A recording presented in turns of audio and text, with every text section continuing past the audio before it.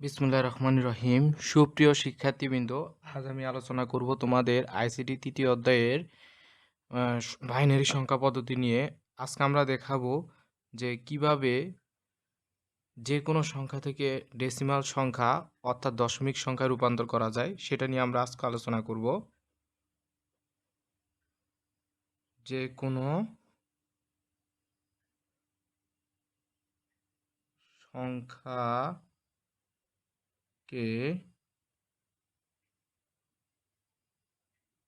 দশমিক বা ডেসিমাল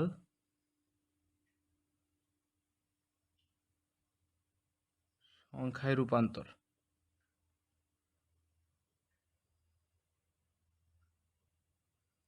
তো আমরা যে কোনো সংখ্যাকে ডেসিমাল সংখ্যায় রূপান্তর করতে পারবো।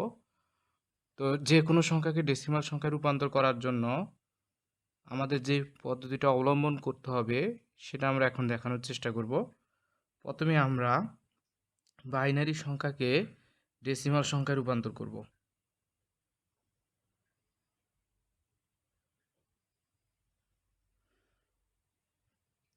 বাইনারি সংখ্যাকে দশমিক বা ডেসিমাল সংখ্যায় প্রথমে আমরা করব।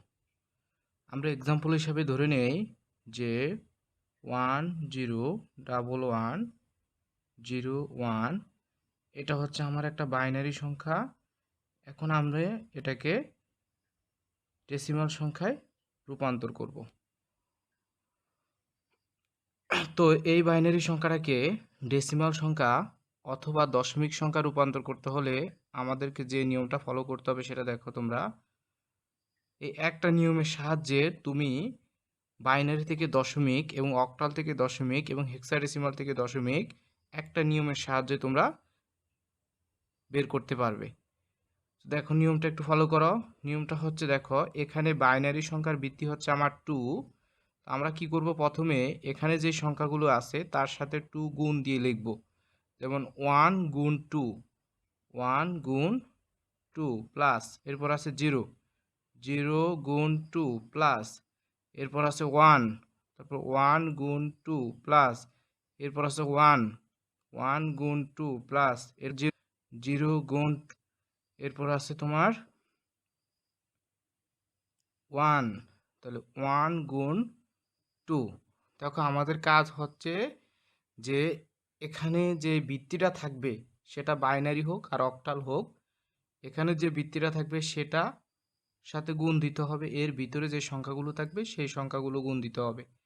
যেমন এখানে এটা হচ্ছে বাইনারি সংখ্যা, সুতরাং এখানে গুণ দিতে হবে 1 গুণ 2, 0 গুণ 2, তারপরে 1 গুণ 2, 1 গুণ 2, 0 গুণ 2, 1 গুণ 2। এরপরে দেওয়ার পর তোমাকে যেটা করতে হবে সেটা হচ্ছে এখানে পাওয়ারগুলো দিতে হবে। পাওয়ারগুলো হচ্ছে 2 এর উপরে পাওয়ার দিতে হবে। পাওয়ার হচ্ছে 2 থেকে 1 পর্যন্ত।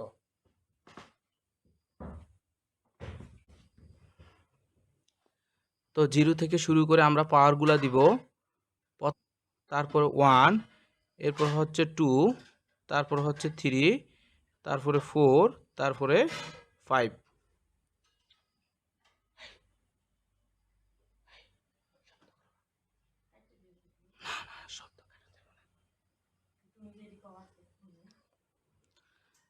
আচ্ছা, তাহলে আমরা এই পাওয়ারগুলো এখানে এভাবে 0, প্রথমে 0, তারপরে 1, তারপরে 2, তারপরে 3, তারপরে 4, তারপরে 5।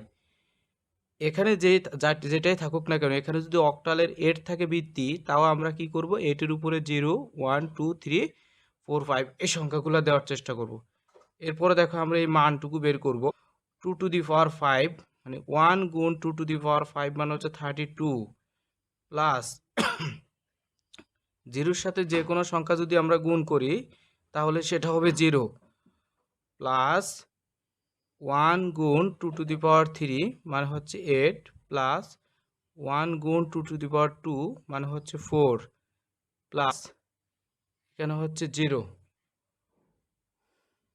প্লাস 1 গুণ 2 টু দি পাওয়ার 0 মানে হচ্ছে 1। অর্থাৎ কোনো কিছুর উপরে যদি 0 থাকে, সাপোজ a টু দি পাওয়ার 0, কোনো কিছুর উপরে 0 থাকলে তার মান হচ্ছে 1।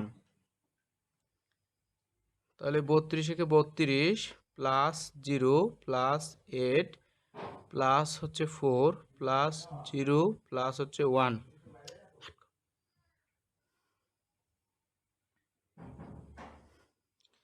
এরপরে দেখো, এরপর আমরা কি করব, এখানে যোগ করব। 32 যোগ 8 সমান হচ্ছে 40, 40 44 45 45।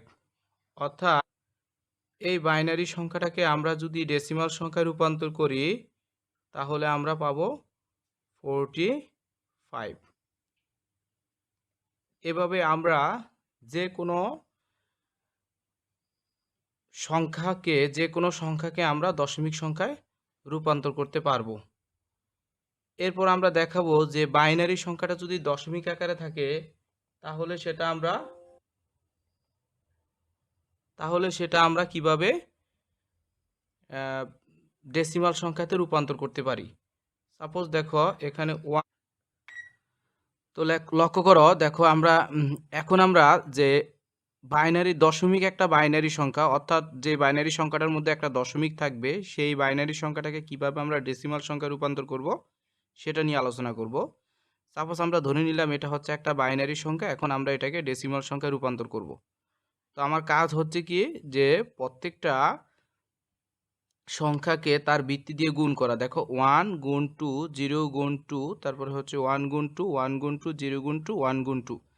তো আমরা এই যে দশমিকের আগেরটুকু আমরা কি করলাম, তার ভিত্তি দিয়ে গুণ করে করে দিলাম। এরপরে কি করতে হবে, এরপরে এটার পাওয়ারগুলো দিতে হবে। 0 1 2 3 4 5। এই পাওয়ারগুলো দেওয়ার পরে আমাকে কি করতে হবে, দশমিকের পরের অংশটুকুর কাজ করতে হবে। দশমিকের পরের অংশটুকু কাজ করার জন্য প্লাস, তারপরে একইভাবে আমাকে এই সংখ্যাগুলোর সাথে তার ভিত্তি গুণ করতে হবে। 1 গুণ 2 প্লাস 1 গুণ 2 প্লাস 0 গুণ 2 প্লাস 1 গুণ 2। এখন কথা হচ্ছে এটার পাওয়ার আগে আগে কিন্তু আমরা এটার পাওয়ার বসাইছি পূর্ণ সংখ্যার ক্ষেত্রে। দশমিকের আগের অংশটুকুর ক্ষেত্রে আমরা পাওয়ার বসাবো 0 থেকে শুরু করে পূর্ণ সংখ্যাগুলো। বাট দশমিকের পরের সংখ্যার ক্ষেত্রে আমাদেরকে পাওয়ার বসাইতে হবে -1 থেকে শুরু করে -1 -2 -3 -4, এভাবে আমাকে বসাইতে হবে। এরপরে এটার ক্যালকুলেশন করতে হবে। 32 0 8 4 0 1 প্লাস হচ্ছে 2 to the power -4 equals to হবে 1/2 to the power 4 plus 2 to the power -3 equals to 1/2 to the power 3 plus 2 to the power -2 equals to 1/2 to the power -2 to the power 2 plus হচ্ছে 1/2 inverse 1 মানে হচ্ছে 1/2 equals to হচ্ছে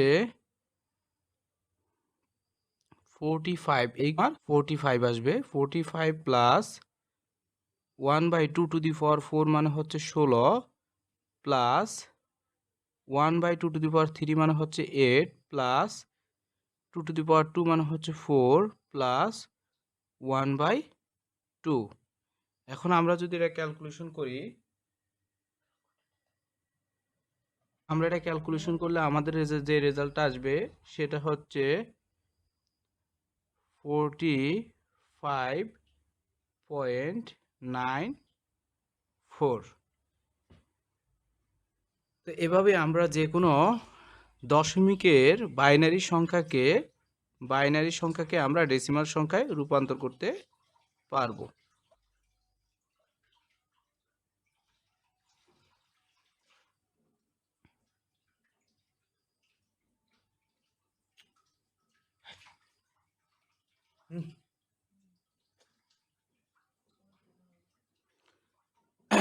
এখন আমরা দেখাবো যে কিভাবে আমরা অক্টাল সংখ্যাকে এভাবে ডেসিমাল অথবা দশমিক সংখ্যায় রূপান্তর করতে পারবো। তো অক্টাল সংখ্যাকে ডেসিমাল অথবা ডেসিমাল সংখ্যায় রূপান্তর করার জন্য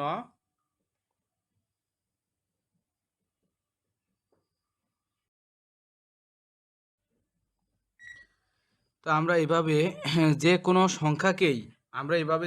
সংখ্যাকেই ডেসিমাল অথবা দশমিক সংখ্যায় রূপান্তর করতে পারবো। শুধু আমার কাজ হচ্ছে যদি এখানে অক্টাল থাকে তাহলে সেক্ষেত্রে আমরা এখানে কি করব, এই প্রত্যেকটা সংখ্যারে 8 দিয়ে গুণ করব। গুণ করে নিয়ম একইভাবে দেখাচ্ছি। যে একটা ধরো এক্সাম্পল, একটা সংখ্যা হচ্ছে আমার 2 3 5 1, এটা হচ্ছে আমার একটা অক্টাল সংখ্যা। তাহলে আমরা এটা কি করব, এটাকে আমরা ডেসিমাল সংখ্যায় রূপান্তর করব। তো দেখো আমরা এটা কিভাবে ডেসিমাল সংখ্যায় রূপান্তর করব, ঠিক আগের নিয়মে 2 3 5 1।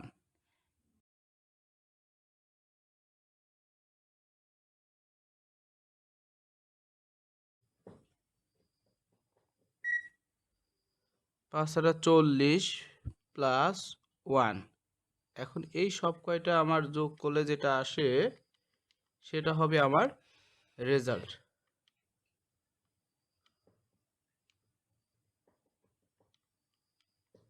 1257, এটা হচ্ছে আমার ডেসিমাল সংখ্যা রূপান্তর। 2 3 5 1 8 7।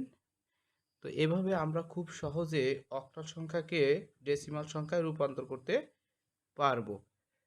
এটা হচ্ছে পূর্ণ সংখ্যা। যদি দশমিক থাকতো ঠিক একই রকম আমরা কি করতাম, আমরা তার পাওয়ারটা -1 -2 -4 এভাবে আমরা দিয়ে অঙ্কটা করতে পারতাম। তা আমরা এরপরের ক্লাসে আমরা সেটা দেখানোর চেষ্টা করব। আজকে পর্যন্ত সকলকে ধন্যবাদ। সবাই ভালো থাকবে।